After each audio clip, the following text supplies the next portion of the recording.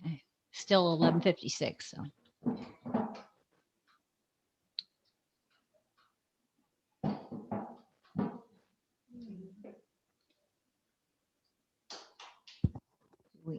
We need to mute everybody.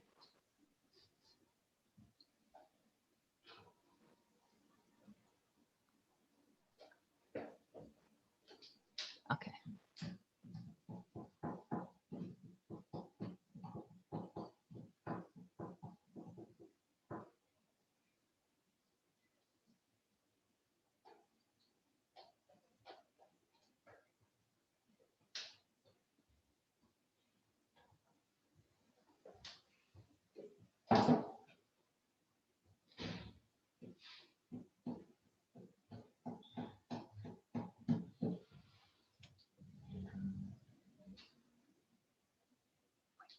We're recording, starting in a couple of minutes. Yeah, don't start yet until these guys are done.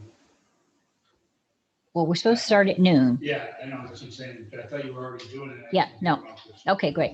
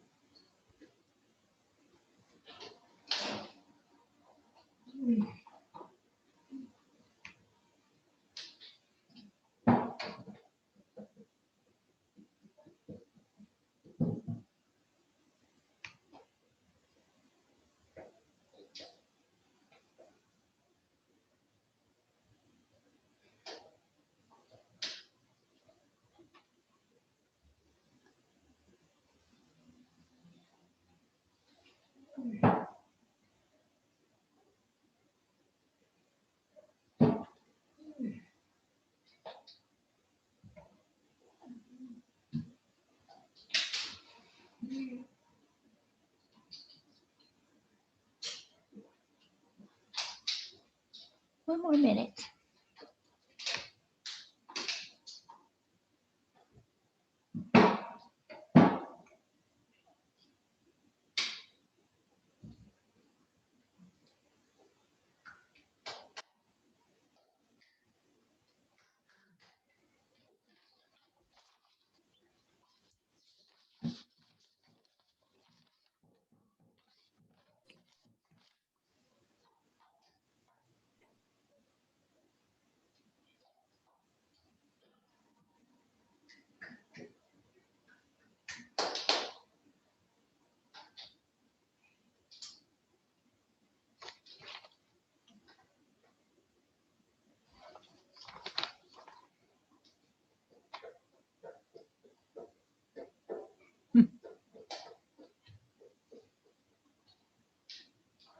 Are we ready? Okay. Hello, everybody. This is Susan Gillis, Boca Raton Historical Society and Museum, and I want to welcome you all to our virtual lecture series, Boca History 201. This is the third in a series of lecture series we've done about Boca history, and we have some exciting new speakers for you on this time. We want to ask that you, we have muted your microphone. Please do not unmute, and please don't join with video because we are recording this session. And we're going to provide a link to the recording to everyone who has signed up for our series. Now, today we are very pleased to have with us one of our friends, Dr. Miriam Sanua Dalin, who's going to be talking about a historical overview of the Jews of Boca Raton. But let me first give you a little background on Dr. Dahlin. Miriam Sanua Dalin grew up in Brooklyn, New York, and attended James Madison High School, as did Ruth Bader Ginsburg, yay, Bernie Sanders, and Chuck Schumer in earlier generations, and lived in Manhattan for several years before moving to Florida 22 years ago to take a position at Florida Atlantic University in the Department of History and the Jewish Studies program, where she is now a professor specializing in American Jewish history and the history of Israel. She attended Princeton University as an undergraduate and received her doctorate from Columbia University. And she also did graduate work at the Jewish Theological Seminary in New York and the Hebrew University in Jerusalem. She has published widely, including 3 books and numerous articles, including most recently an article about Jews and the 2016 presidential election that was published in the American Jewish Yearbook. She served as the academic advisor on our Jewish Community Oral History Project of the Boca Raton Historical Society, which is still ongoing, and hopes to create an exhibition and book on the history of the Jews of Boca Raton. Now, I want to add that we met Miriam a number of years ago. She is one of our esteemed volunteer interviewers for our Boca Raton Jewish Community Oral History Project, which has over 50 interviews to its name. By the way, you can access most of those interviews on our YouTube channel. And not only did Miriam do many of the interviews herself, but she has transcribed most of them. So she has this vast array of knowledge of our longtime Jewish residents in her brain. And we are so happy that she is here to share that information with us today. I think you're going to find it very, very interesting. And without further ado, I'd like to turn it over to Dr. Dahlin. Thank you so much, Sue. Good afternoon, everyone.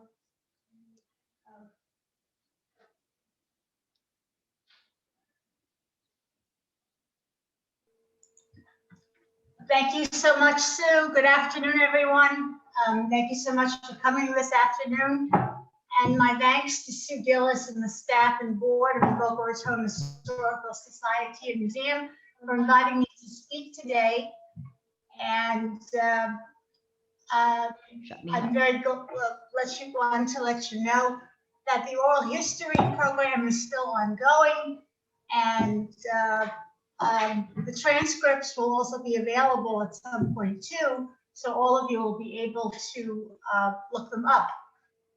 So let me begin by saying, if I were to say that in the year 2021, Boca Raton is the closest thing there is in the United States to a Jewish paradise, some of you might be startled and say, well, isn't that an emotional and subjective statement? But when you actually look at it, and especially when you see some of the statistics that have been gathered about the Jewish community here in the greater Boca Raton area, it's really striking what a remarkable Jewish community there is and how fortunate so many Jews are to be living in or around it. What's also striking is how quickly it happened, almost in the blink of an eye, historically speaking. As late as the 1950s, Boca Raton and Palm Beach County simply weren't on the Jewish map. If there were almost no Jews here, and if you were Jewish, it was a place that was, as they used to say, restricted, meaning there were lots of places you couldn't go and places you couldn't live.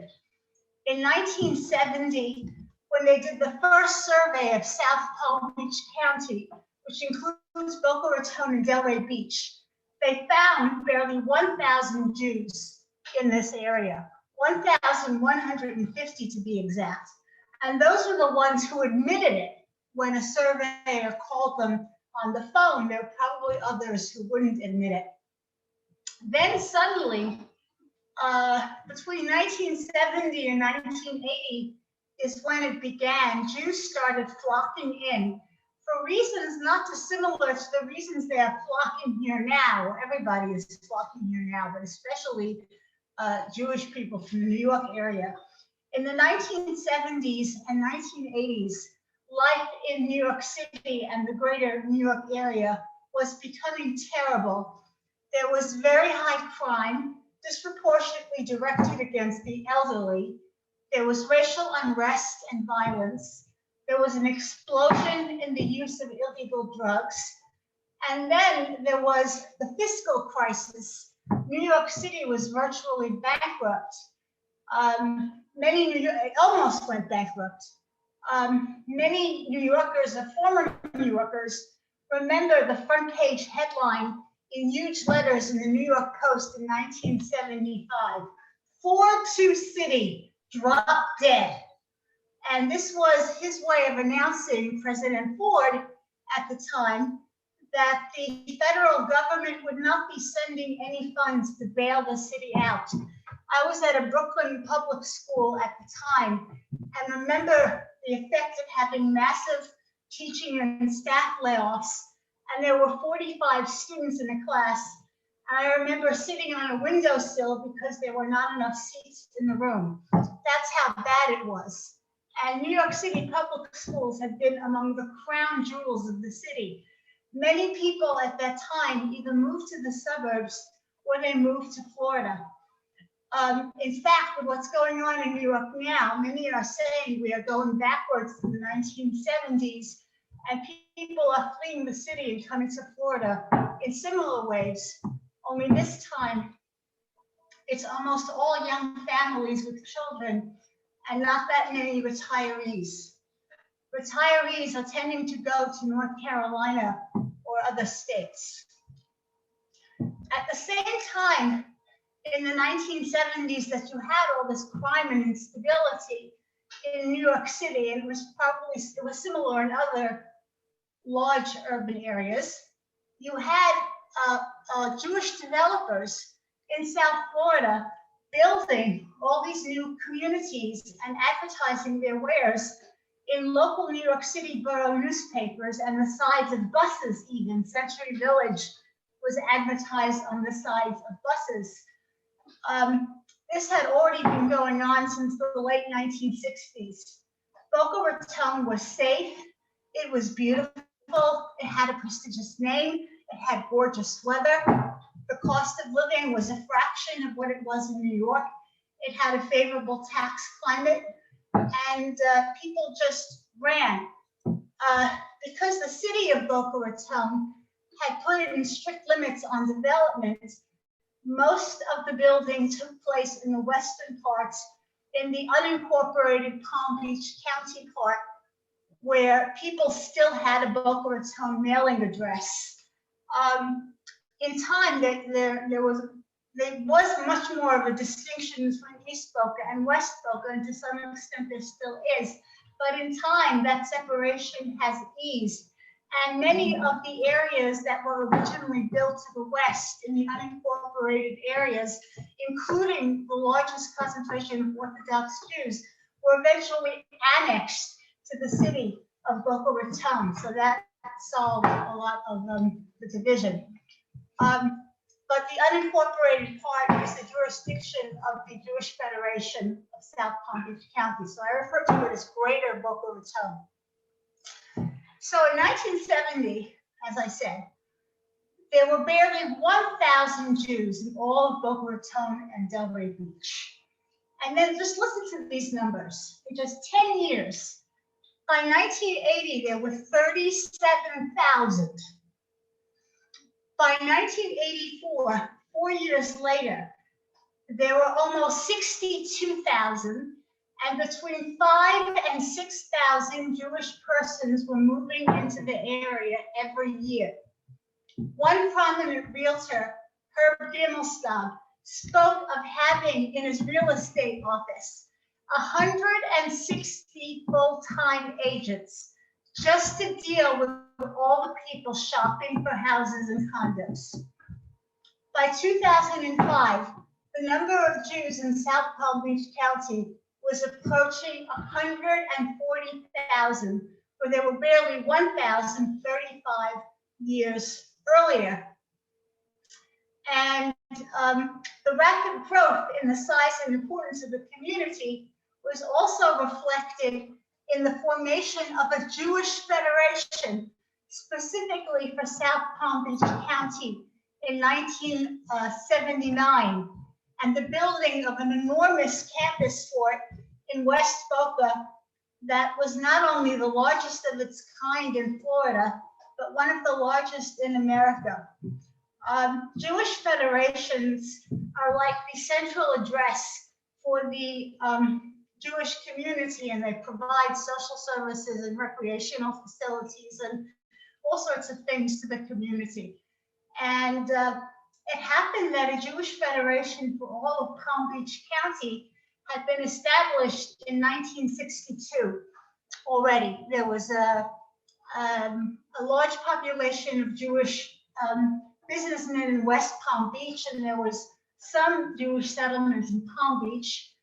But its leaders felt the need to establish a satellite office in downtown Boca Raton in 1976 because the numbers were growing so quickly. By 1979, community leaders in Boca Raton felt that it was too remote and far away to fulfill their needs. They didn't like driving up to West Palm Beach all the time, and that they could raise more money on their own. So they established their own independent federation based in Boca, but also taking as their jurisdiction all of the South County area, including Delray and Highland Beach. The other Palm Beach County Federation takes everything from Boynton Beach up north. And they continually raised more money every year. By 1991, they opened their huge campus in West Boca, which is the largest in the country. Over 15,000 people attended the grand opening of the Richard and Carol Siemens campus in West Boca. It was scheduled on April 19th to coincide with Israel's Independence Day. The Donna Klein School was built there. In June 1987, when Donna Klein held its annual commencement, there were only 6 students in the 8th grade graduating class, a group so small that every single one of them was given a chance to speak. By 1998, Donna Klein added a high school, and by the early 2000s, there were up to 700 students. And within this burgeoning Jewish community in Boca Raton, they developed a very important sub-community.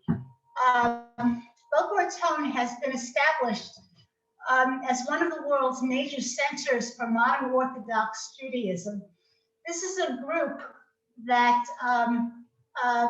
in dress, manner, and behavior emphasizes strict ritual observance while at the same time expecting to participate fully in modern life and occupations. By 2019, when I counted, there were no fewer than 10 Orthodox synagogues in greater Boca Raton, including 3 Chabads, a central, an east, and a west. And the newest addition, the East Boca Kehillah, meeting at Northwest 3rd Avenue, is a 1.5 miles from the beach. In 2019, it was up to 60 families and steadily growing.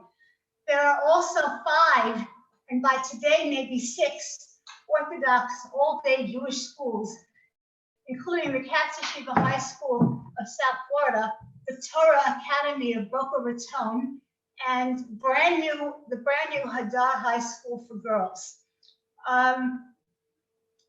So looking at the Jewish population as a whole, we see in Boca Raton that Jews of all backgrounds and all denominations living together in relative harmony compared to other parts of the country.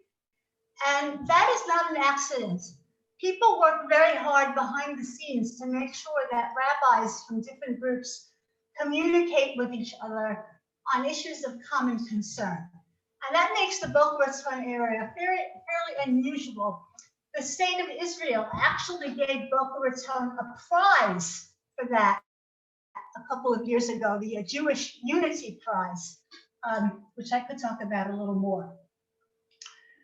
So the Jewish population of Palm Beach County as a whole also grew tremendously until it was 20% of the population of Palm Beach County. So In 2021, Boca Raton alone, East and West Boca, have over 20 synagogues and congregations that I've been able to count. That's of all kinds, Reformed, Conservative, Orthodox, and others. Some of them are large buildings that have some of the largest congregations in the country. Temple Bethel is one of these. Congregation B'nai Torah is another one of these. Boca Raton Synagogue, which is Orthodox, has the largest congregation outside the Northeast in the United States. There are Jewish schools and preschools turning away applicants for lack of space. In fact, they've been adding today, so many people are moving in, they've been adding classes, extra classes to the Jewish schools to accommodate all the new children that are coming in.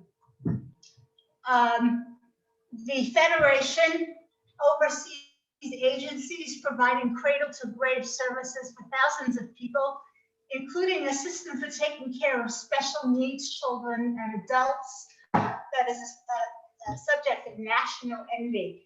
And in terms of culture, there's more speakers and music and theater and scholars and residents than one person could take in at a time.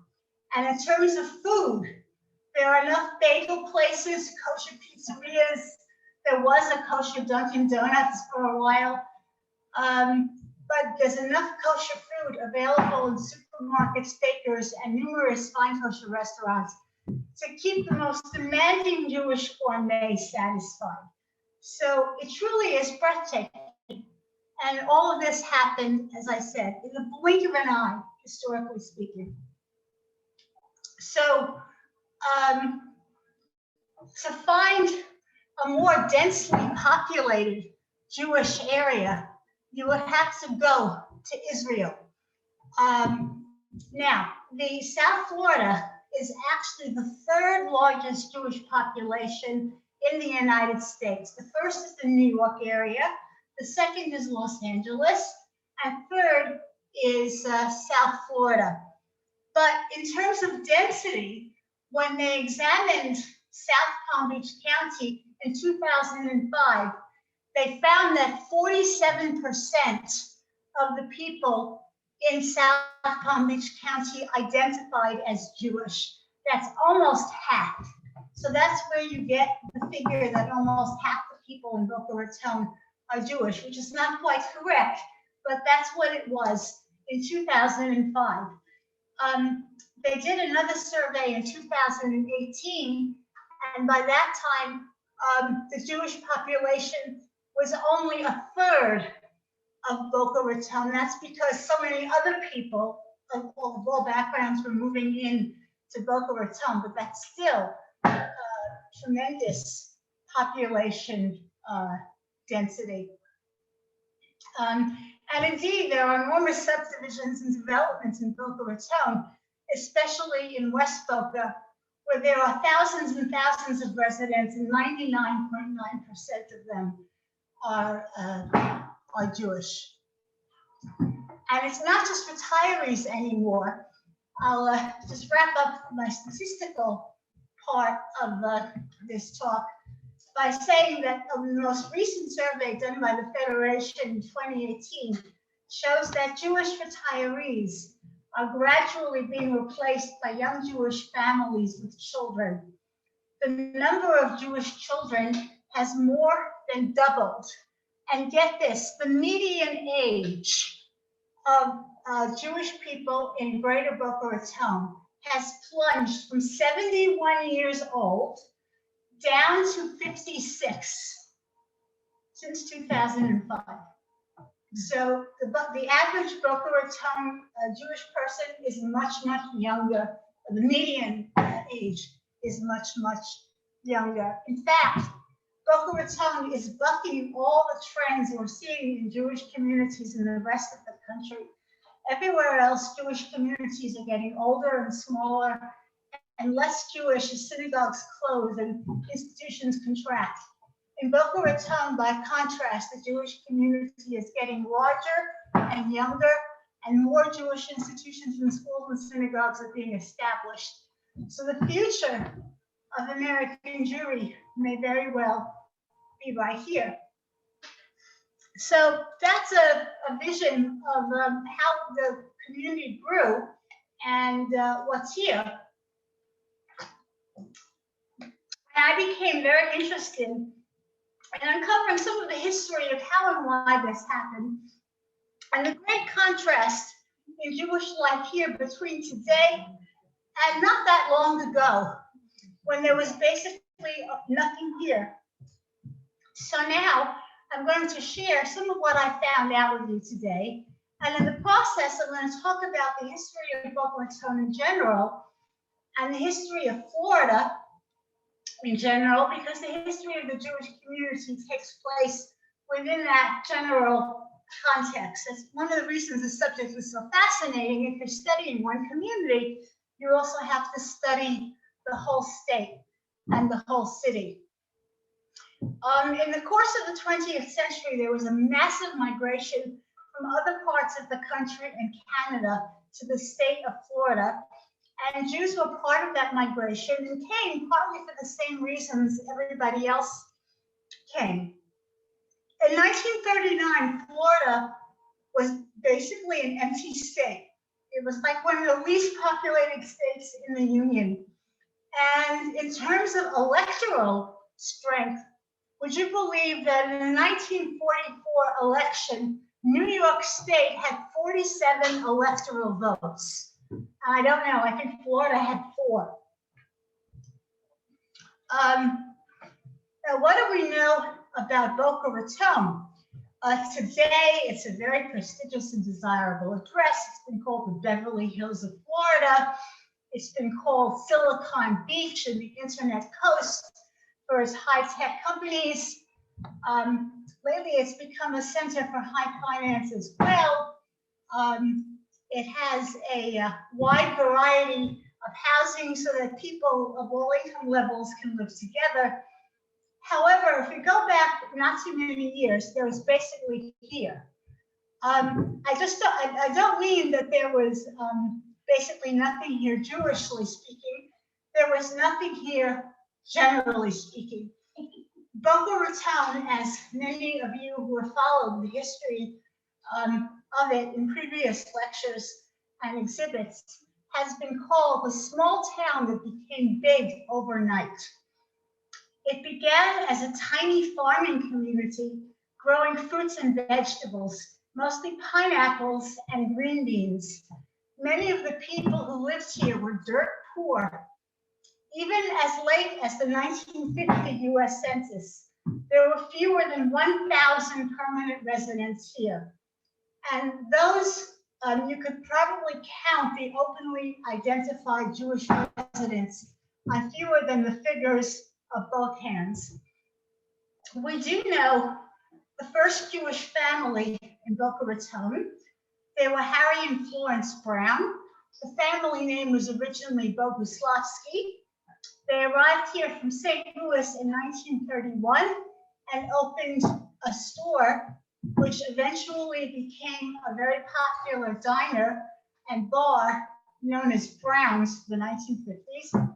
They had 2 sons, George and Herb. In 1936, I'm talking about the first Jewish family in Boca Raton that we know of. In 1936, they were joined by Harry's sister Nettie and her husband, Max Hutkin, who was very important to the history of Temple Beth El, which was the first congregation founded in Boca Raton in 1967. Max Hutkin was an immigrant from Poland and very proudly identified as Jewish. Through the years, Max Hutkin became known for his cheerful presence and his status as a folk historian for the city, earning for himself the title Mr. Boca Raton. He served literally and figuratively as Santa Claus, once paying the entire cost of Christmas lights for the streets of the city. He helped to found Temple Beth El in 1967 and served as its first president. He also gave the inaugural address for the Boca Raton Historical Society in 1972. There was also the Cameron family, which owned one of the developments. Freda Cameron, who was interviewed by the Sun Sentinel in 2014 on the occasion of her 100th birthday, recalled that when she and her husband moved to Boca Raton in 1959, there were only 2 other families who, quote, would admit to being Jewish. Her daughter, Carrie Nation, said, I was 12 when we moved to Boca from Coral Gables. In Boca, this is her speaking, people didn't understand much about Jewish people. They didn't come right out and ask if we had horns, but it wasn't far from it. When I went to high school, there were eventually 3 Jewish families, and that was it. Another family were the Sellecks, I recently discovered. A Jewish professor arrived to take up a job at the New Florida Atlantic University in 1964 and recalled in an interview how surprised he was to find there wasn't a single synagogue in town. Helene Eichler claimed that she moved to Boca in 1970 and there were only 35 identified Jewish families. Charlotte Robinson, who with her husband Morris became very prominent in the city's civic and philanthropic life, recalled in an oral history arriving in Boca Raton from Montreal in 1969. When she and her husband were looking at a home in the Royal Palm Yacht and Country Club, Charlotte recalled, their agent asked them, what church do you go to? They replied, we don't go to a church, we're Jewish. Well, your kind of people are not welcome in Royal Palm, came the answer, and the meeting was over. They were eventually able to obtain a house in Royal Palm with another agent, but only with the understanding that they would not be able to join the subdivision's country club. In later years, her husband and a group of several other Jewish men living there actually sued the country club for discrimination. Once living in Royal Palm, a then 5-year-old son Joshua became friendly and played regularly with a neighbor's little boy. Then one day, the boy's father came to the house and announced, and the son said, my father told me I can't play with your son Joshua because he's Jewish. Charlotte Robinson recalled sitting down with her son to talk about it, and her heart was broken. And she has many other stories of this sort. So, as a matter of fact, Temple Beth El's first services were held with the help of a Catholic sister, the generosity of Mother de la Croix, who was president of the Catholic institution Marymount College, which later became Ling University. Mother de la Croix was known as Boca Raton's Jewish mother. She saw the notice that a group of Jews were seeking a place to have services, and she offered them the auditorium of what became Ling University, because she knew it would be difficult for them to find a place to pray. And incidentally, that's not the last time that there were very close relations between the Catholic community in Boca Raton and the Jewish community, who were both living within a predominantly Protestant context. Twice there were bomb scares at Temple Beth El, once in 1980 and again during 9/11. And in both cases, the Temple Beth El had to be evacuated, and all the children and the staff went to St. John's across the street for safety. So that's, let me say a few words about Florida.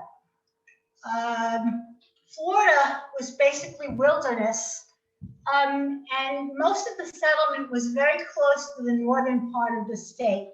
South Florida was basically swamp and wetlands, and Native Americans had been there. It did not become accessible until Henry Flagler built the railroad that went deeper and deeper into the South.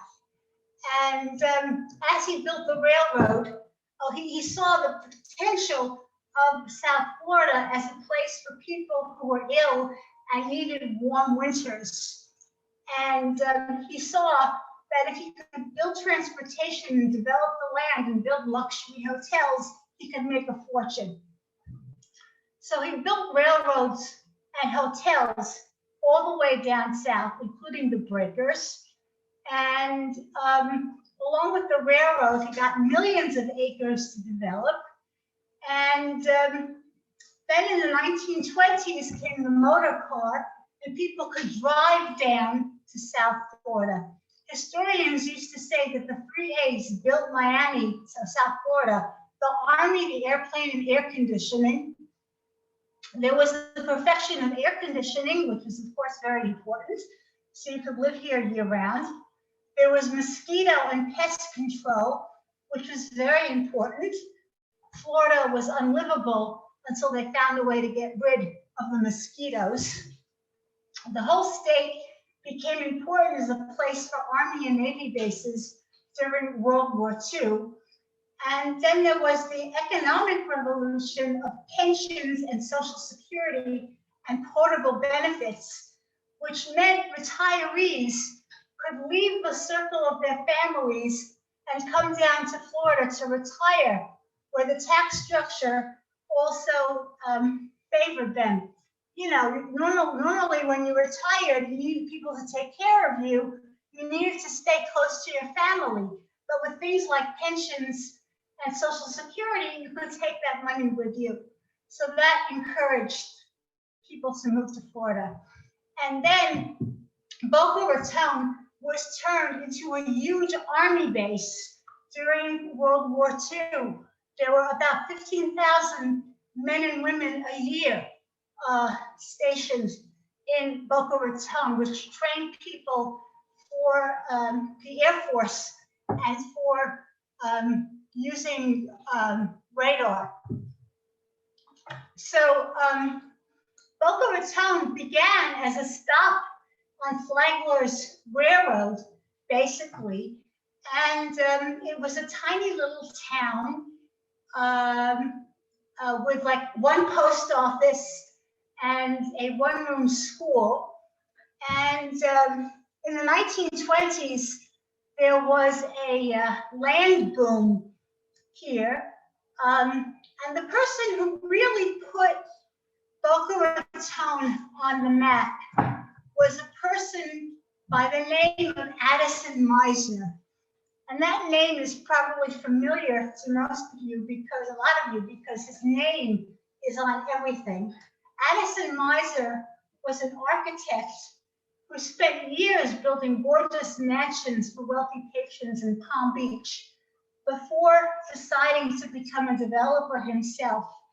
And he set his eye on Boca Raton, which he was determined to establish as the foremost resort city on the North American coast, the dream city of the Western world, a new exclusive social capital in America. So all of this talk about the prestige and beauty of Boca Raton really began with Addison Meisner. And he built the Boca Raton Hotel, which is, of course, still there, and was the center of the economy for a long, long time. And he sketched incredible plans for Boca Raton. There was going to be a canal with gondolas imported from Venice. Unfortunately, he had a lot of creative ideas, but he was a very poor businessman, and he was hurt by hurricanes and his backers deserting him. And unfortunately, the stock market crashed in 1929, and he died bankrupt in 1933. Fortunately, one of his backers was able to buy up the hotel, at least in a bankruptcy sale. And this owner, Clarence Geist was his name, kept the hotel going through the Great Depression, where he used it as a kind of exclusive millionaires club. And during the Depression, the Boca Raton Hotel provided almost the only source of employment in the whole town. So Boca Raton, as we know it, basically began as a luxury hotel. And through the early 1960s, the hotel was the town's main economic engine. And Meisner was eventually succeeded in the 1950s and 60s by other real estate developers who dreamed of creating this wonderful dream city. By the way, we know that a lot of Meisner's buildings were restricted against Jews, although he made an exception for Jewish celebrities like Irving Berlin and George Gershwin, who were both part of the Florida scene. In fact, Irving Berlin was such a close friend of Addison Meisner that he actually wrote a musical about him. And some of the songs, if you Google Irving Berlin and Addison Meisner, you can hear some of the songs. It never quite made it to Broadway, but I think it was performed a couple of times off Broadway. But then, so the hotel made it through the Great Depression. It held the town together.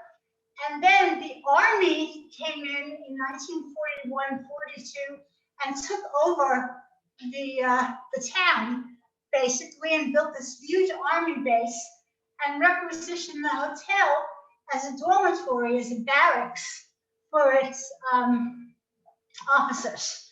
So that took care of the economy of Boca Raton during the war.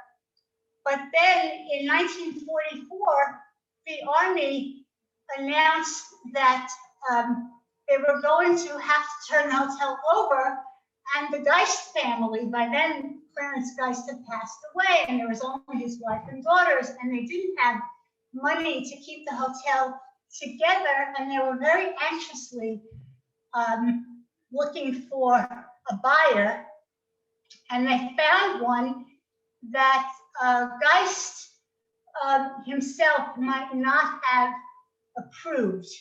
And that was a man by the name of J. Meyer Schine, S-C-H-I-N-E. He was a Jewish multimillionaire movie theater magnate, and he had recently bought a big hotel in Miami and was looking to get into the hotel business. You may know the family. One of his sons was the notorious David Schine, who was connected with the McCarthy hearings. Anyway, he and his wife Hildegard, her name was Hildegard, bought the Boca Raton Hotel for $3 million, and they came to live in the town in 1948, and they had a profound effect on it. J. Meyer Schine was not just Jewish, he was an immigrant. In fact, he was a classic rags to riches story. He was born in Tsarist Russia in 1890 and came to the US with his family at the age of 11, knowing no English at all and almost penniless. He moved up and made his fortune building movie theaters before he went into the hotel business. His wife, Hildegard, was a bit more advantaged. Her parents were immigrants, but she was born in the United States. She spoke English perfectly without an accent, unlike her husband, and she had an excellent education. She attended Syracuse University and was very cultured musically. She played the piano and organ very well and became crucial in developing the cultural and art scene in Boca Raton. And she became known as the doyenne or the matriarch of Boca Raton society, even though she was very open about her Jewishness And in a way, the presence of the shrines and the contribution to Hildegard democratized Boca Raton and made it open to Jewish people to a much greater extent. Hildegard Schoen lived for a very long time. Her husband died in 1971, but she lived on and on. She remained in Boca Raton until her death in 1996 at the age of 91, always at the center of things. Their daughter, Renee, married into American Jewish royalty when she wed Lester Crown of the Crown family of Chicago. Just to give you an idea of the Shines, the wedding reception took place at the Waldorf Astoria in 1950. There were 600 people there, and it was said to cost more than $100,000, which would be over $1 million today. So that's what happened when the Shine's daughter got married. So while restrictions against Jews did not end completely, they lost their edge. And they also opened the hotel up to the community. You could pay a membership and use the beach. And Shine also opened the hotel up for mass convention business. You know, groups would have their conventions there. That was not as exclusive, but it was a much more open and democratized way of running the hotel. And by the 1990s, conventions accounted for 60% of the profits. And it became a world-famous, very popular 5-star hotel, which again made Boca Raton synonymous in the public mind with glamour and luxury. Now, the Shines sold the hotel in 1956 to another great developer in the tradition of Addison Meisner. His name was Arthur Vining Davis, and the name of his company was Arvida, after the initials of his name. So why do we remember Arthur Vining Davis? Why should we remember him? I never heard of him before I started doing this work. He's responsible for Boca Raton's second real estate boom. It was Arthur Vining Davis who first introduced to Boca Raton and later in the surrounding areas the so-called gated community, the large, well-planned, expensive, lavishly landscaped subdivision with a grand entrance that changed Boca's image forever and set the image for future residential and commercial development. And that set the standard for the Boca Raton landscape. Most of these gated communities, these subdivisions, were built in the suburbs to the west. But every developer after Arthur Vining Davis felt it necessary to match him in some way.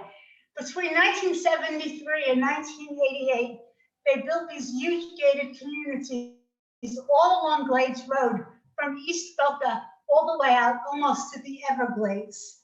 And that was a lot of the housing where a lot of people who were moving, especially from the New York area, were able to move into. Now, aside from being a magnet for tourism and people escaping New York, there were two other factors that happened to Boca Raton that put the area on the map and increased its desirability, and also brought a lot more Jewish people here. The first was the building of Florida Atlantic University, which opened in 1964. Florida needed a new university, and they lobbied to have it in Boca Raton, and it was a huge deal at the time. Lyndon Johnson, President Lyndon Johnson himself, spoke at the inauguration of the Florida Atlantic University. And the story is that when the school first opened, you could walk across campus and know everybody you saw. Today it has 30,000 students and it's huge. So the university and they had to hire professors, and many of the professors they hired were Jewish. So that was responsible for big growth in the Jewish population. And then another thing that happened in the cities was in the late 60s, IBM, remember IBM, International Business Machines, decided to locate its headquarters here, partly because of the army base and partly because of the university. And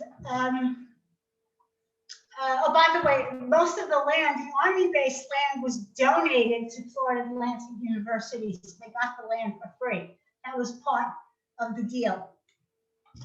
And then also, after years of devoted community fundraising, the Boca Raton Community Hospital was dedicated in July 1967. Today, Boca Raton Regional Hospital. Originally, Boca Raton Community Hospital did not have Jewish doctors, but eventually, as the Jewish population grew, Jews got on the board of the hospital, and they, made their presence felt. And Boca Raton Hospital began to hire many Jewish doctors and health professionals. So you had the university, you had IBM, and you had the hospital. And all these things rapidly increased the Jewish community. Now, the famous thing about IBM is, many of you may not know this, and some of you do know this, but in 1981, the first PC, the first personal computer, was created and marketed and produced in Boca Raton. And there were 10,000 people working on the IBM campus. So it was the IBM PC developed in Boca Raton that really changed the world and began the computer world as we know it. So IBM unfortunately had to leave the area in 1996. The business changed. You could make clones of IBM's, you could make copies of IBM PCs, and they lost most of their business that way. And also Florida was too far to ship. So for a variety of reasons, IBM left the area in 1996, and it was a terrible blow at the time. However, a lot of retirees and alumni of IBM stayed in the area and started their own companies. So Boca Raton remained a high-tech computer and later internet area. Another major change that took place is that from 1945 to the mid-1960s, the American Jewish Defense Agencies, the Anti-Defamation League, the American Jewish Committee, and the American Jewish Congress worked very hard to eliminate anti-Semitism and discrimination and restrictions in housing, employment, and education. And all of this culminated in the passage of the Civil Rights Act of 1965, which made discrimination on the basis of race or religion in public accommodations illegal. And so that also brought about a major change in Boca Raton's institutions and its attitudes towards Jews. So by 1970, when the mass migration of Jews to Boca began, most of the obstacles that had been in their way before were gone. Also, after 1967 and the Six-Day War, in Israel, people were prouder to be Jewish and were more open about it. And ethnicity was more accepted, and people were not ashamed to admit that they were Jewish. So more people were out and proud, as the saying goes. So let me conclude now. Boca Raton had begun the 20th century as not much more than bean and pineapple fields. And Jewishly, it began as one single family in the 1930s. And through the 1950s, a handful of people who hesitated to identify publicly. 120 years after the glamour of the hotel, the legacy of the airfield and its personnel, the presence of Florida Atlantic University, the draw of IBM and the many high-tech companies that followed in its wake, also the extension of Interstate I-95 through Boca Raton in 1976. I didn't mention that, but that was a big deal because that connected Miami to the far north of New England, and the constant building of heavily advertised new housing by Arvida and other developers fed a continuing population and development boom with rapid building up of the unincorporated southern Palm Beach County areas to the west of Boca Raton city limits. And Jews have been able to flock to Boca Raton to take advantage of this beautiful and safe location and build a premier community. And so just to give an idea what's changed, in 1956, Boca Raton had no bank or place to buy groceries after sundown, and a Jewish student counted 3 other Jewish families in the local high school. By 2021, there were within the city limits over 98,000 residents, and the numbers who could claim a Boca Raton mailing address had reached well over 220,000 people, among them about 140,000 Jews, with one of the richest and most vibrant Jewish communities in America. Thank you very much. Going to switch to me. Well, Dr. Dalin, I want to thank you so much for that wonderful presentation. And what we're going to tell you all, if you all have questions, please feel free to email our assistant curator at research@bocahistory.org, and we will share the questions with Dr. Dahlin. And I'm sure she'll be happy to get back to you. Thank you all so much for joining us today, and I hope you will join us for our future lectures. The next one will be next Thursday at noon. Thank you. Awesome, girl.